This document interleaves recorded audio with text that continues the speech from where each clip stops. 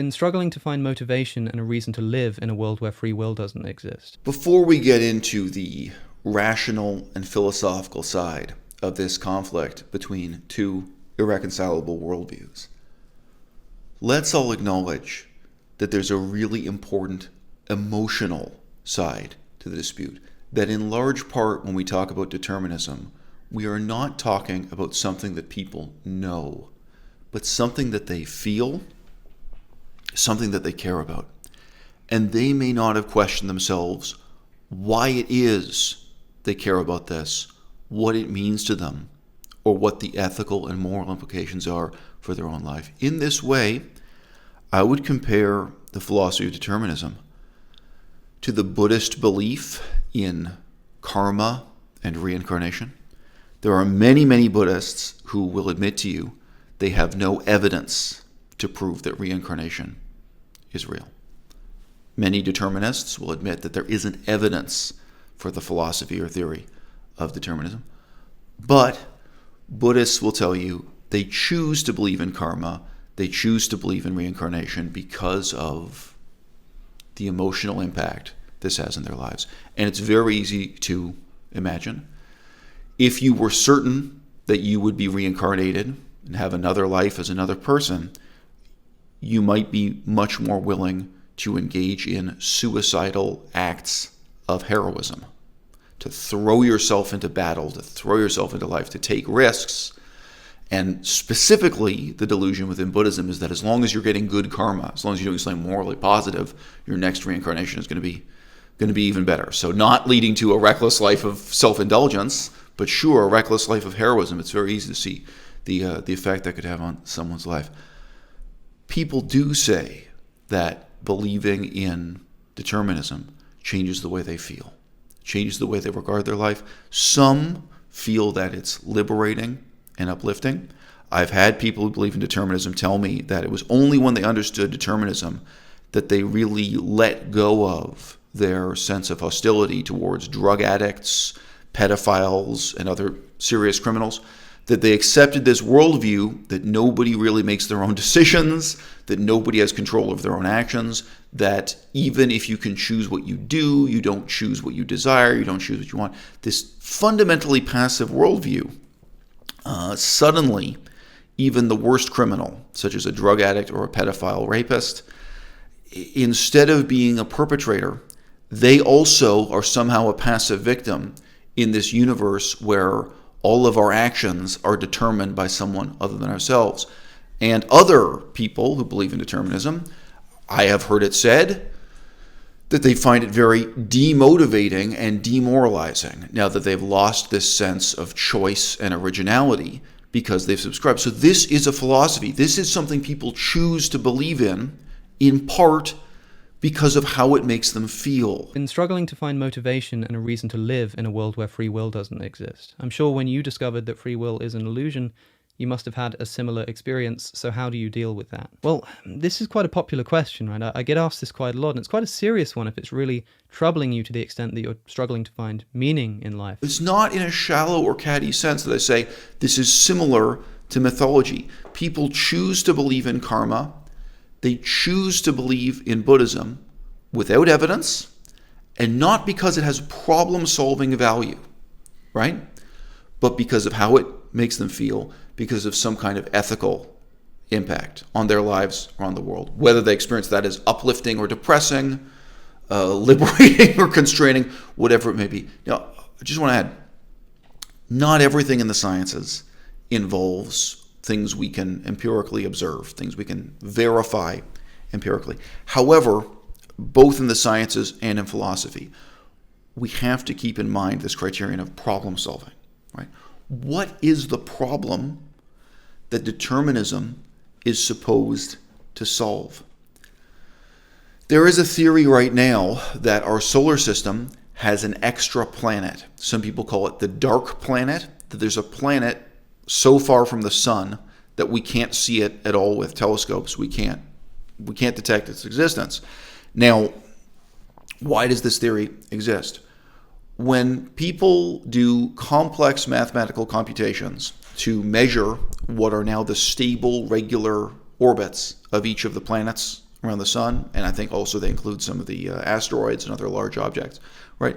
When they calculate the motion of the planets around the sun in our solar system, the gravity of each planet acts on the others. Like the precise course and shape of the orbit of a huge planet like Jupiter, it influences, and it's influenced by the other planets. And looking at these equations, there seems to be an irregularity or an imperfection. And the math would look better. The equations would be improved. It would all become more consistent if we added another planet that we can't see that's compensating for some of those motions, that evens out some of those numbers. So this is starting with a problem, and then it's proposing a theory for the purposes of problem solving. And now, as you can imagine, there are people who want to send out a probe to test the theory of whether or not there is another planet that we can't see. Now, admittedly, it will affect life on Earth very little if we discover this planet. The planet is not going to be inhabited by intelligent beings. Probably the planet is not going to contain valuable minerals that we'll want to go and mine or anything like this. I mean, probably it will just be an interesting footnote in history that there was this other planet that nobody could see, and then we sent a probe and discovered. That's one possibility, right? But why does the discussion matter? Why do we philosophize about this though? Why do we theorize about it? Why do we speculate about it? Why is this in the realm of science, right? Because there are other possibilities, right? Another possibility is that there is no extra planet. There is no undiscovered world. That instead there's a problem with how we do the math now, right? And we'd also be interested in discovering that. We would also have a sincere interest in having a better understanding of what we may be doing wrong in writing out the equations in the first place that lead us to this hypothesis that there could be another planet influencing the orbits. Maybe there's something we don't understand about gravity. Maybe there's something we don't understand about the theory on the chalkboard. And we're actually open to that and interested in that. This type of problem-solving mentality is completely absent from the discourse about determinism. The way determinism is presented, the way determinism is believed in, and the sense of smug intellectual superiority that believers have over non-believers. Strikingly, this is similar to the role of mythology in religion. One of the most interesting things about the psychology of free will to me is that it's impossible to not kind of live with that illusion that you do have free will. I mean, I can fully rationalize the idea that free will is ultimately an illusion, but it still feels like I have it. Interestingly, I think that if you ask someone who believes in free will, probably needs to be an atheist for this to be reliably the case, but if you ask them what they think brings them meaning in life, what is it that infuses their life with meaning, they'll probably say something like, well, I like pursuing pleasures. The pursuit of happiness is one of the things detailed in the Declaration of Independence for a reason, because it's seen as one of the most important ways in which a human being can find meaning and purpose in life. And the anti-free will argument doesn't remove that. It further entrenches it. What determinists will do again and again and again is present you with irrelevant preconditions as if they are causes that determine human behavior, human thoughts, human emotions, etc., human imagination. Now, we can all accept there are very rarely, very occasionally in life, determining causes for our actions that override our own mind, our own nervous system. You could be shocked with electricity, and that causes your hand to seize up. And in theory, someone holding a gun who gets electrocuted might be able to really say in court, look, they didn't choose, they didn't decide to pull the trigger. They were shocked with electricity, and then their nervous system seized up. There are very real court cases talking about the extent to which someone may or may not be responsible for the decision they made because of the effects of a drug that causes them to hallucinate or changes their behavior or causes mania or what have you. We all acknowledge there are some very limited situations in life where we are talking about human behavior, human thoughts, human decisions being determined by something or someone other than that person themselves. In establishing something as a necessary precondition, we have not established it as a cause. There are exceptions to the rule I'm explaining to you here, and I think those exceptions only draw attention to just how absurd the determinist philosophy really is. A man who is standing in the middle of a field holding a rifle may be able to say sincerely that he was struck by lightning, and the lightning was the cause of his pulling the trigger. The electricity flowed through his body, his muscles suddenly seized up. He pulled the trigger not of his own volition, not of his own choosing, not with his own will, mentation, imagination, intention. No, there was an external cause. There was a cause and effect relationship between that lightning striking him and what he did next. What's so absurd about the determinist worldview is that they want us to believe that all of our actions are in this way caused by the external world. And they will indicate preconditions again and again and again as if they were causes. It is true that to become a drug addict, you must live in a society where those drugs are available for sale. It would be impossible for you to become a cocaine addict if you happen to be living on a remote island where cocaine just didn't exist. It wasn't grown there, it wasn't exported there. This is true. If you were living in a society where there were no opiates, you could not become an opiate addict. But it's a tremendous, fallacious, and ultimately immoral step to take in your reasoning, to then insist that you are no more responsible for the decisions that made you into a drug addict than the man standing in a rainy field is responsible for pulling the trigger on the gun when he was struck by lightning. Whether you think of this in terms of sociological conditions that made you become a drug addict, being raised in poverty in a neighborhood where drugs are commonly bought and sold, or if you think about this in terms of psychological preconditions. Oh, you were a victim of childhood trauma, and this quote-unquote caused you to become a drug addict. No, we can never take this step from precondition to cause and effect mechanistic relationship. The human mind never operates the way salt forming into salt crystals operates, simply in response to external conditions and the implicit laws of physics unfolding before us, unless and except we're dealing with these extreme exceptions to the rule. If you have ever been electrocuted, you might know what it feels like to have your hand clench up due to an electric shock. And you know the difference between choosing to open or close your own hand and when that happens without your will, contrary to your will, because it is in this sense determined. That is the philosophy, that is the fetish of determinism, is that in this surreal sense, all of us secretly are marionettes with no evidence to support it and plenty of evidence to the contrary. The whole discourse about determinism is vitiated by fallacious reasoning. These fallacies are so deep and so profound that I can say I reject both determinism and free will in as much as it's an argument created and counterposed to determinism. What is randomness? How do we perceive it empirically?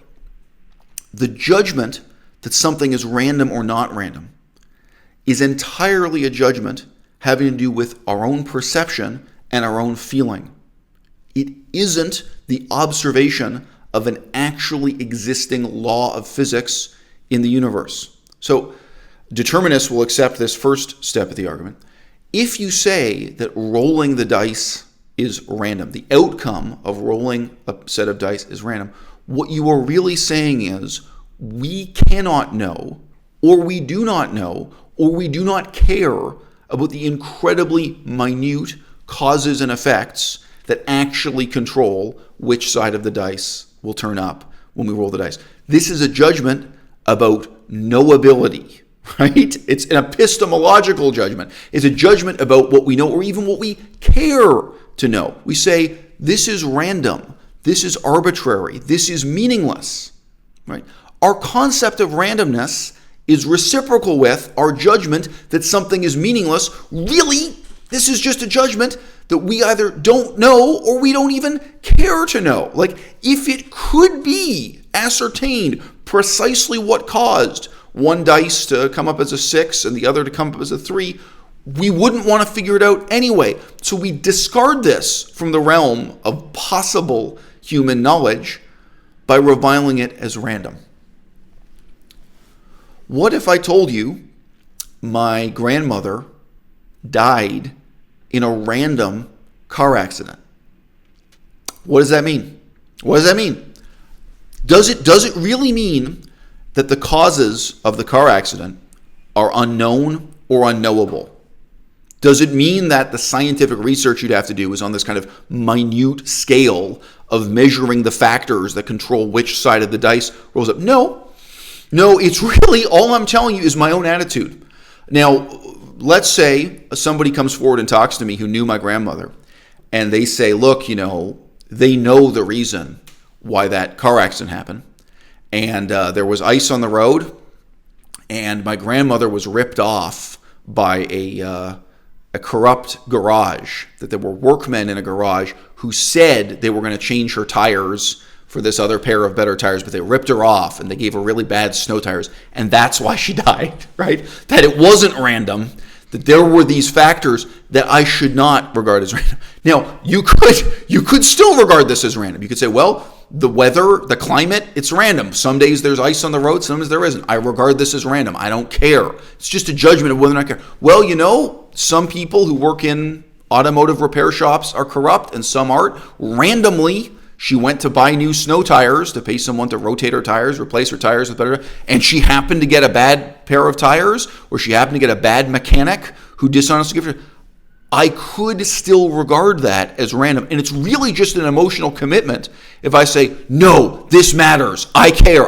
If I now get motivated, I have to get to the bottom of this. I have to sue this guy. I have to charge him with a crime or take him to court and say, hey, you are responsible or partly responsible for my grandmother dying in this car accident. It wasn't at random. I'm assigning responsibility. Do you see the problem? The distinction between what's random and not random, it's not the perception of some kind of verifiably real law of physics in the universe, like gravity. It's a judgment about me. It's a judgment about how I perceive the universe. It's a judgment even about my moral and ethical values. What if your grandmother died in a car accident and you had been told all your life since childhood that it was at random, that it was meaningless, that just randomly she happened to be killed in a car accident? And then someone comes forward to you and presents you with a dossier from Moscow.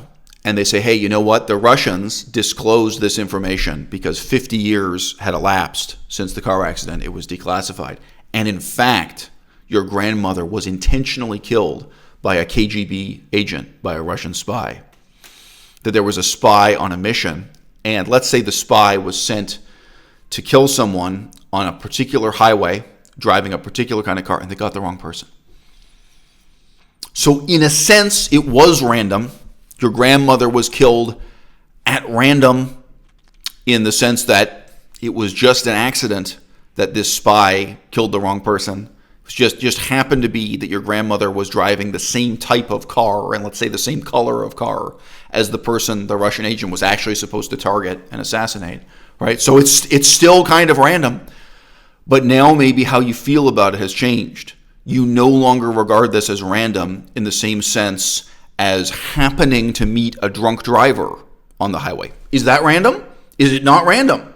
As happening to drive down a highway where someone spilled oil on the road, causing the accident, as happening to have an accident that you and I would judge to be random. It's our judgment we're talking about. We're not perceiving something in the outside world in an objectively real, falsifiable scientific sense as either random or non-random.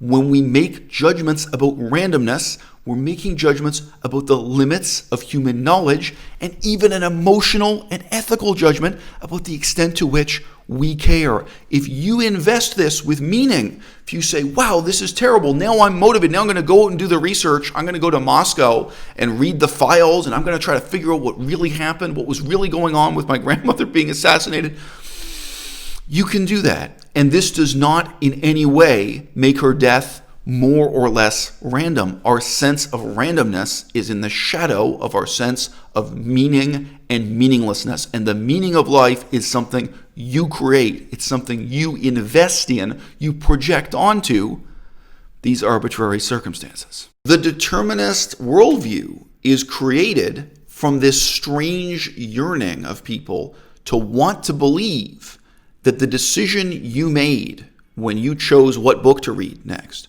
and the decision you made when, in your own mind's eye, you decided whether or not this was a good book, whether or not it was meaningful, whether or not it was convincing, whether or not you should change your whole life in response to what this book has been telling you or teaching you, that all of that happens in the same simplistic, mechanistic sense as salt forming into salt crystals. And they want you to believe this with absolutely no empirical evidence to support it, and a great deal of empirical evidence in the real world to the contrary. The question I'm asking you is, why? And I think the answer is what I said at the beginning of this video. People choose to believe this unbelievable thing for the same reason that they embrace various kinds of religious mythology, because it has a certain sort of ethical and moral impact on them. It changes how they feel about their own lives. To close the video, I just want to say, I've had a determinist or two say to me that believing in determinism let them forgive other human beings because they regarded those human beings as not truly responsible for their own actions, not responsible for their own desires, for their own evils.